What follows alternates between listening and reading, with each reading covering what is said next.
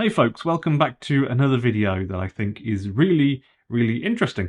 We all know, of course, that most of the world's EVs come from China. In fact, over 80% of EVs delivered to Australia last year in 2022 came from China. But there seems to be a big black void that I just wanted to make a video about. So what EVs can you get that don't come from China and that isn't a Tesla? Again, I have to say thank you so much to those of you that are subscribing and supporting on Patreon, YouTube memberships, and Buy Me a Coffee. It's the most awesome thing, I think, to get the support of the very people that watch my videos on a daily basis. So thank you so much. Watch until the end and let me know your thoughts on this in the comments. Also, the easiest way to support my work is to just press the like button and subscribe. So let's just jump right into this one for you so that you don't have to keep watching forever. This list is not in any particular order. So number one, you may well have heard of Sono Motors. This one technically isn't available to buy, and you'll probably not be able to buy this now actually, but I felt it was just a really good one to include to show you just how difficult it is to produce a car for mass production. It's a German company starting from 2016. They make great little cars with solar panels inbuilt into the body, and they're pretty cool. Sadly, they did start out years ago with this funny little car, which with solar panels on it, and honestly, I think it looked kind of like a university challenge car made by students. It didn't look great. It wasn't a bad idea though, and it just lacked any aesthetic appeal to most people, or at least me and anybody in the comments when I've ever read things. Generally, people don't think it's a really attractive thing. Sadly, after trying to get the money to put the car into production, they gave up. So this year, they actually decided to give up and they quit in February. And they had tried for quite a few years to really get some sort of investment so they could put it into production. So now they plan to sell their tech to other companies. This just shows how difficult it is to make that jump from wanting to make an EV and actually being able to, sell them and put it into production. It takes clout. Number two, a company called Togg. They make a car called, or an SUV called Togg T10X. It's an SUV from Turkey, of all places. This company is state-owned, or mostly state-owned, and they've only just released it. They've got the first 100,000 pre-orders in the first 7 days. Awesome looking car, seems to be a really positive thing for Turkey. You can get it with a 52 or 88 kilowatt hour battery, 210 horsepower depending on how you set it up, and it's about 50 to 60,000 US dollars. Number three, this one is perhaps my one of my favorite EVs of all time. It's stunning. Doesn't exist yet, but it's really nice. It's called the Van Wall Vandervelde. I hope I said that right. This is an Austrian/German company set up originally to go motor racing, but then they decided to make 500 road cars to start their new EV brand. So on their website it says this: Van Wall, the distinguished automotive brand relaunched by Dr. Colin Coles, former managing director and team principal of many Formula One teams, is proud to unveil the first street legal model of the new Van Wall range. The new model is available in two versions, the Vandervelde S and Vandervelde S Plus. The Plus is the fast one.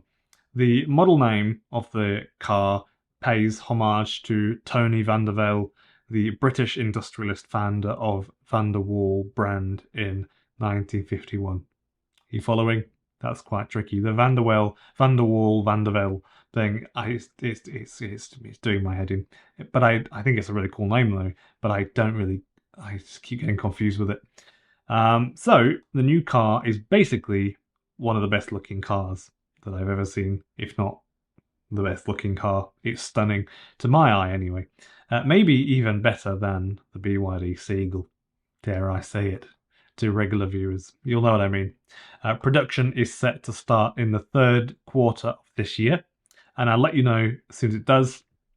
238 kilowatts for the standard version, 432 for the faster version. So that's 320 or 580 horsepower if you're British. Can you imagine that? Four-wheel drive? That's awesome. A little 580 horsepower electric hatchback. That's really cool. Both four-wheel drive, by the way. About 128,000 euro or pounds for the cheaper one, and I can't find any information at all about the expensive version, but it won't be cheap, obviously. And if you're interested in the BYD Seagull, you probably won't be able to buy that car. But it is very cool, and it looks stunning, especially in British Racing Green, which I believe that's the colour in these pictures. I couldn't find anything about the battery size, but apparently it's really, really big. 400-kilometer range is what they say, but they've backed it up with no evidence at all. So that's that. Number 4, while the name KG Mobility might not ring an immediate bell, its former identity could be more recognizable. SsangYong. In 2022, KG Group took over Korea's venerable car manufacturer, SsangYong, following yet another period of financial challenges and Mahindra's decision to divest. KG has expressed a clear vision to transform SsangYong into a brand exclusively focused on just electric vehicles, nothing else. So the most recent addition to the SsangYong lineup is the Torres EVX electric SUV with the conventional internal combustion engine, anticipated to make its way to the Australian market, but only as a combustion car, not an EV. Number 5, this is pretty cool, and I think this is well deserved, and they never get mentioned in anything ever. Renault, or Renault, depending on where you are. Renault deserve to be mentioned here because, you know, for decades they've been reliably putting out their vehicles and designing cool-looking cars, often trying to keep things cheap. Sure, they might not last as long as some other well-made brands, Toyota, Honda, but they are still decent, and they have been making EVs for years at this point. Sure, they may have gotten a 1-star review or rating on the Euro NCAP test for the Renault Zoe. Yeah, you did hear me right. I said 1 star, and they still sell loads of those.